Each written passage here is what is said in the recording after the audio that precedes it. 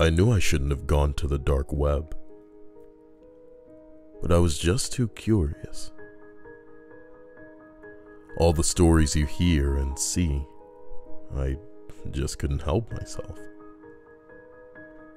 I'm not just talking about the deep web either. No, I mean the actual dark web. The dark web is more than just fake scare sites and a place where you can get illegal drugs. There's plenty of gore on the surface of the web, but there's no telling what is real and what is fake. If you go through all the hoops of getting to the dark web, it has to be real, right? Regardless, I went to find out what the dark web really was. The deep web is incredibly easy to access. All you have to do is download TOR and you're in. The dark web isn't quite as simple. I spent weeks going through forums and getting information from the weirdest people on the internet. Eventually, I was able to get my key to the dark web. I knew I was putting myself in danger from the beginning, but that wasn't something I was really concerned with. I didn't value my life much. I really don't have much going for me, so if this was the way I died, at least it would be interesting, right? Despite my possible death wish, I still did everything I could to protect myself before entering the dark web. I set up multiple VPNs through multiple virtual machines. I did essentially everything I knew about to protect myself from dark web boogeymen. Once I got to the dark web, it was much like I had imagined in my head. Trafficking sites, gore live streams, and even more illegal drugs. Basically the deep web on steroids. I checked out one of the human trafficking sites first. It promised an obedient wife.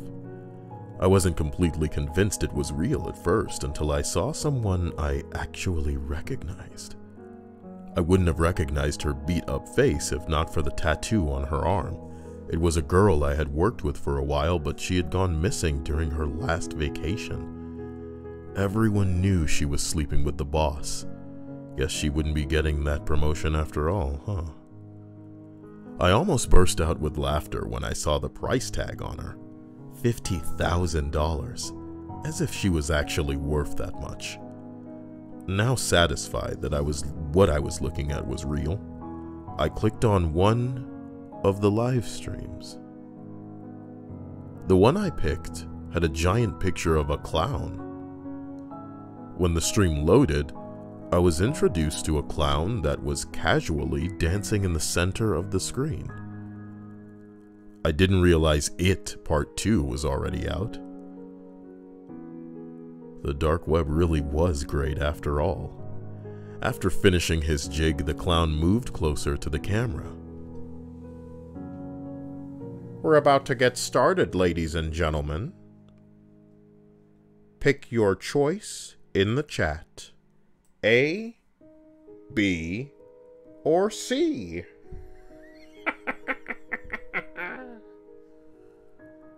I debated whether or not to make a choice in the chat.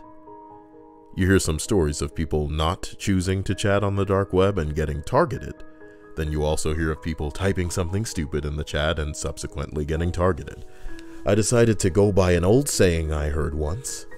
When in doubt, guess C. So I typed my answer in the chat. I wasn't sure what each option would lead to, but the chat seemed pretty split between A and C. There were a few B's in there, but it certainly wasn't going to win. I sat back and waited for the results.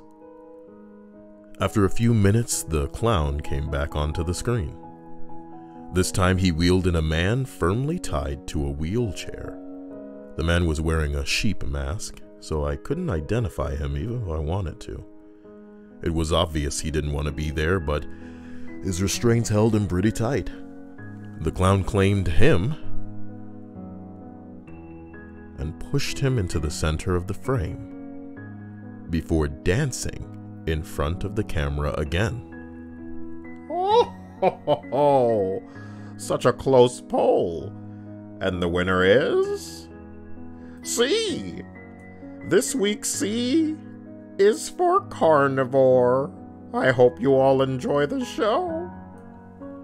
After this clown kicked the man in the wheelchair backwards so that his head was now on the floor, the man had leaned forward to cushion his head from the blow. But seeing as what was about to happen, he probably would wish that he hadn't. If he had died from the fall, it would have been much less painful. After kicking the man, the clown seemingly left the room, and I was left wondering what would happen next. The chat had begun to make their guesses. I had my guesses to what the carnivore would be as well. But even I was somewhat surprised with the result. After a few minutes, a couple of alligators were visible on the live stream. Perhaps they were crocodiles. I never remember the difference between the two.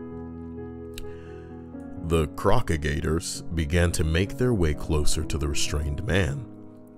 They must have been starved, because once they found the meat, they instantly began to rip into the man's flesh. The chat erupted with creeps who were obviously getting off to this. Of course, I had seen gore before, but this was an altogether different experience. It didn't take long for the alligators to completely consume the man. His screams had long since stopped after they ripped apart enough of him. Once they were finished, a trapdoor opened, plunging whatever remained of the man and the beasts down to who knows where. Once the trapdoors came back up, the floor was good as new. Well, except for a few bloodstains here and there. The clown danced his way back onto the screen. He thanked everyone for coming and hoped that we would all join him again soon. Before he signed out, though, someone in the chat decided to get brave. "I'm going to find you and kill you," the chatter said. What an idiot, I thought to myself. This was exactly the kind of thing you read about in stories. If real life is anything like the stories, then this guy will be the next star of this live stream. I think the clown seemed to have the same thought as me. Is that you in the chat, Liam Neeson? Why don't you be my co-host for the next show? I promise to show you a good time, the clown said, before once again bursting out into hysterical laughter. The chat began to erupt in laughter as well. They all began targeting and making fun of the commenter. I had enough, though, so I closed out of the dark web. Several weeks went by after that, and nothing happened to me. I never went back to the dark web after that, not because it scared me, but in a way, it just kind of bored me. I had fed my curiosity, and I was satisfied with that. The whole experience almost went to the back of my mind. After a few days had gone by, and no one had attempted to kidnap me, I guess I decided I was safe. As it turned out, I wasn't. I still don't know exactly how he found me, but somehow he did. About a month after my dark web experience, I woke up to find myself in pitch darkness. I couldn't move my hands or feet, and I knew immediately what was happening. So I didn't try to fight it. I didn't really see the point. "Hey, I'm awake. Can we get this over with?" I shouted out. After a few minutes, I was pulled out of whatever box that I had been put into, and I was placed in a wheelchair. A familiar clown fastened me to the wheelchair, and then he began pushing me out somewhere. "What, I don't get a cool mask?" I asked. If I was going to die, I wanted to at least go out with my dark humor intact. "No," said the clown coldly. I guess that cheerful act was only for the camera. What a bummer. This is why method actors are always better. The clown wheeled me into a room, placed my back to the camera. How rude. How would Hollywood scout me out like this? The clown still decided to bust out all his killer dance moves in front of the camera, though. I think he even did a Fortnite dance. Disgusting. Then he approached the camera. You guys know the drill. A, B, or C. Vote now. Before the results of the poll could finish, there was a large banging noise coming from some room in front of me. Was that one of my potential fates making noise? Apparently not, because the clown stopped what he was doing and immediately armed himself as he made his way to the noise. It wouldn't help him, though. I watched from my front row seat as the clown's arm, which was holding a gun, came flying backwards. The rest of the clown was sent flying backwards with a kick. After a few moments, I was able to see the person who delivered the kick. He was a massive man, nearing 7 foot tall. He had to be good at basketball. He was wearing a unique mask. It almost looked like tribal in some ways. The most prominent features about him, though, was the severed heads. There was a head on each shoulder, and one in the center of his chest. The two on his shoulders looked mostly decomposed, but the one on his chest seemed somewhat fresh. That could not be sanitary. The clown had almost gotten back to his feet when the man kicked him down again. The clown put his remaining arm up in a feeble attempt to protect himself, and the man proceeded to chop off his arm with his machete. That made 2 arms. It looked quite sharp. The man then placed his foot on the clown's chest to prevent him from squirming. I'm sure you can imagine what happens next. Let's just say the man added to his collection. After collecting his prize, the man began to approach me. Would I be head number 5?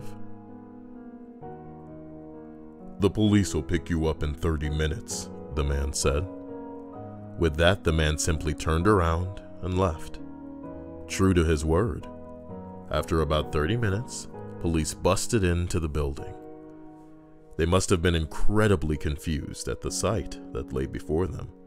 They even told me to put my hands up, even though I was clearly tied to a wheelchair. After they had me evaluated at a hospital, they asked question after question. I did my best to tell them everything that happened, but some things in this world just don't make sense. I asked them if they were going to put me in witness protection, but they said I wasn't in any real danger anymore. Well, it's whatever, I guess. I suppose that man isn't exactly after me, and I won't have to worry about the clown anymore. I probably won't be returning to the dark web either. I guess the lesson of this story is that not all heroes wear decapitated heads. But some do.